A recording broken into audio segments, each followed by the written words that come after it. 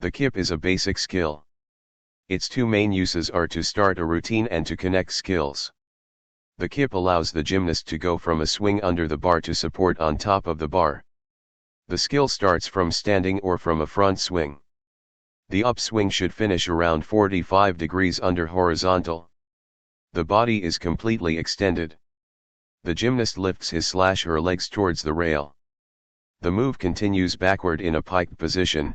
The toes should touch or be very close to the bar. In the upswing, the body gradually transforms from a pike position to a hollow. The gymnast pushes the bar towards the hips with tight arms. Legs are following the rail from the toes to the hips. Before reaching support, the gymnast shifts her/his wrists and lean shoulders forward. The skill finishes in support. Useful drills for learning kip on bar. Hanging tucked. In a hanging position, the gymnast raises their bent knees up to their stomach and holds. Hanging L-sit. From a hanging position, lift the tight legs up to horizontal. The angle of the shoulders are extended. The head is in the middle position. Legs and arms are tight. Legs lift. Leg lifts can be executed on a Swedish/stall bar or high bar.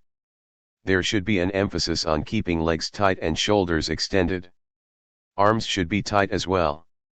The athlete should lift their legs so that their feet touch the bar. Next, the gymnast should slowly lower their legs down to the starting position. They should continue to squeeze their stomach for this half of the exercise. The leg lift should be repeated several times, with the repetitions gradually increasing with each practice. Legs up hold. This drill is a modification of a leg lift. In this case, at the highest point of the leg lift, the athlete should hold them at the bar for several seconds. Lower down slowly. At the end position of the leg lift, the feet should touch the rail. Candlestick. The body is in a hollow position, the hands are pulling the bar close to the hips. Hold this position. Candlestick hanging pike. The gymnast is in front of the wall bar, on the rail, with pointed feet, in a hollow position. The hands are pulling the rail strongly to the body. Hold this position. Squat support on the rail. This drill can be done on a low bar. Put a block or higher mat under the bar. The distance between the rail and the block should depend on the gymnast's height so that the gymnast can finish the drill in support with their feet on the block. The drill starts in a hanging position, feet are on the lower rail and shoulders are fully extended, legs are fully bent. Then the athlete extends the legs and pushes the rail towards the hips until they reach support. The gymnast should return to the starting position in the opposite motion, but maintaining straight arms and lowering slowly. The drill should be repeated according to the coach's requirements. Parallel bars cross kip. This drill can be done on the parallel bars. One rail should be lower. The difference of the rails should enough so that at the end of the drill the gymnast can be in support on the higher rail, and at the same time have their feet touching the lower rail.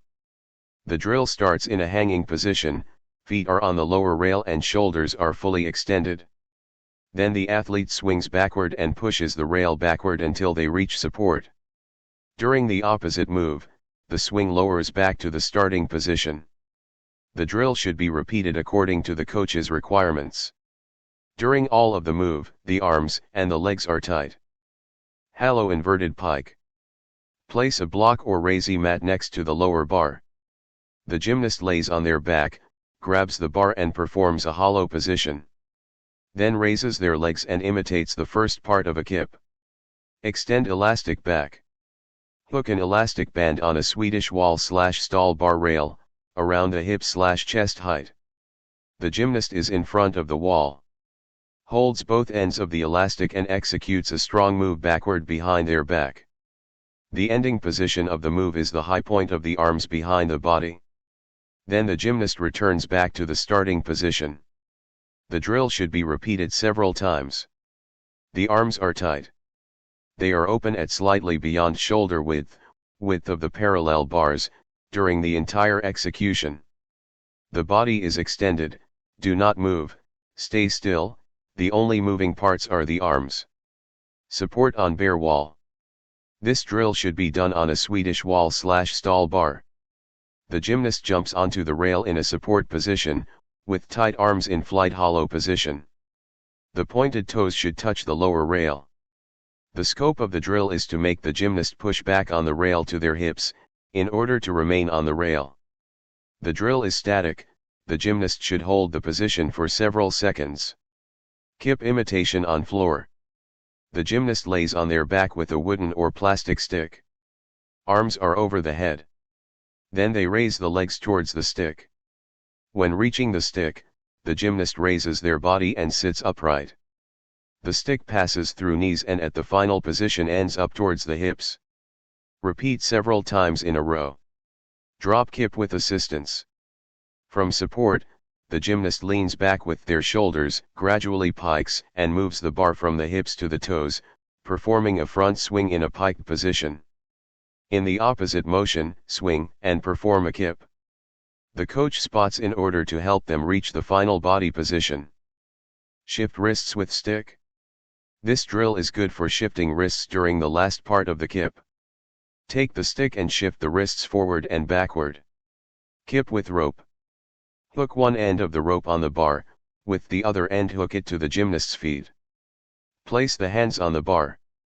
In a hanging pike position perform swings and increase them until the gymnast reaches support through the back swing. Kip with assistance. Among other moves, the spotter emphasizes on the correct lifting of the legs, shifting of the wrists and leaning forward with the shoulder at the end of the kip. For more information go to gymdrill4profs.com.